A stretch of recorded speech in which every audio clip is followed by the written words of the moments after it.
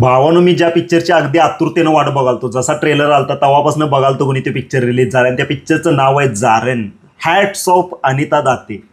जबरदस्त काय काम केलंय माहिती आहे काय. वाळवीनंतर मी खूप एक्सायटेड झालो होतो ह्यांचे जे काही पिक्चर येतील त्यासाठी, पण ह्या पिक्चरमध्ये त्यांनी असं काम केलं की नाही तर सगळ्यांचे काय म्हणतोय आपण छक्के पंजे उडवलेत असं म्हटलं तरी चालेल.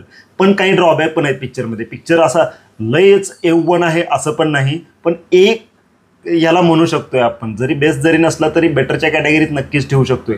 कारण ही जी कॅटेगरी आहे की नाही त्या कॅटेगरीत मराठीचे पिक्चर खूप कमी बनतात, कारण धाडसच नसतं लोकांचं की असे पिक्चर बनवावे.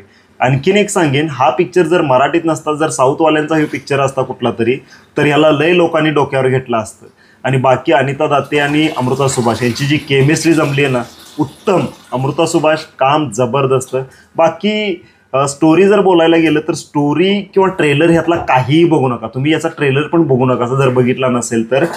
डायरेक्ट जावा आणि पिक्चर बघा. हा पिक्चर तर हॉररपेक्षा एक सायकोलॉजिकल थ्रिलर या कॅटेगरीतला आहे. तुम्हाला शैतान पिक्चर आठवतोय का जो आला होता, हा त्या पद्धतीने काळ्या जादूच्या टोणक्यावरचा पिक्चर आहे. आता यातल्या टेक्निकल गोष्टीबद्दल बोलूया आपण. कथा, पटकथा A1, सादरीकरण जबरदस्त, छायाचित्रण जी काही चित्र टिपलेली आहेत उत्तम उत्तम कलाकृती म्हटली तर चालेल.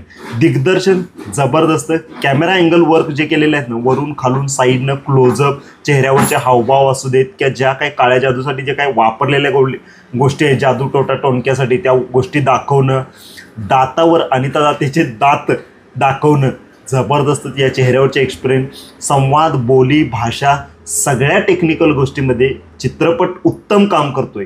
वेशभूषा जे मी हाऊसफुलच्या रिव्ह्यूमध्ये सांगितलं होतं, वेशभूषा ह्यातली पण जबरदस्त आहे.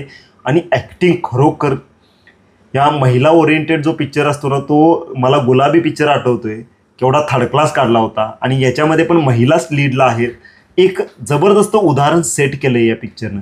हां, एक मात्र थोडीशी अशी अनबन राहते मनामध्ये की तुमचा जर का नाही चांगला सगळ्यात चांगला बॅट्समन आहे, म्हणजे जसा आता बघा KKRचा आंध्र रसल असू दे किंवा CSKचा धोनी असू दे, त्यानं जास्त बॉल खेळले पाहिजेत असं आपल्याला वाटतंय. तसंच या पिक्चरमध्ये की नाही अनिता दाते ही जबरदस्त ॲक्टिंग करते आणि तिचं खरोखर काम चांगलं आहे, पण तिला स्क्रीन टाईमच कमी दिला आहे. म्हणजे ती पडद्यावर खूप कमी वेळेसाठी दिसते. अरे ती तुमची जबरदस्त मेन लीड कलाकार आहे, ती चांगल्या पिक्चर म्हणजे ऑडियन्सचं मनोरंजन करायला तिला स्क्रीन टाईम थोडा जास्त द्यायला पाहिजे होता असं वाटलं.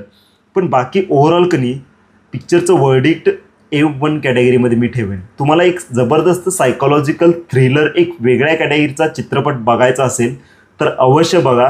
आणि शेवटी आवर्जून मी एक नाव घेईन, म्युझिक, पार्श्वसंगीत जबरदस्त आहे. याचं पार्श्वसंगीत म्हणजे काय म्हणतोय आपण, हा भीतीदायक नाही आहे पिक्चर, पण तुम्हाला एक उत्कंठावर्धक थरारक पिक्चर नक्कीच म्हणेन आपण. एक मानसिकरित्या थरारक पिक्चर या कॅटेगरीतला पिक्चर आहे.